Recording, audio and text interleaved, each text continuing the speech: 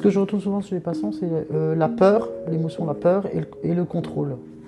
Ce serait bien d'en parler. Comment je pourrais parler de ça? Alors nous avons tous des stratégies privilégiées pour interpréter les situations, sachant que nos schémas de pensée, pouvant être au nombre de 2, 3, 4, selon les sujets, nous font activer des pensées automatiques.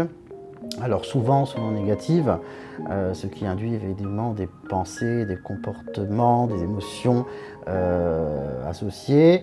On est bien dans une triade, on est bien dans une action pyramidale en TCC, c'est-à-dire qu'on va agir sur les émotions, les pensées, le comportement à la fois.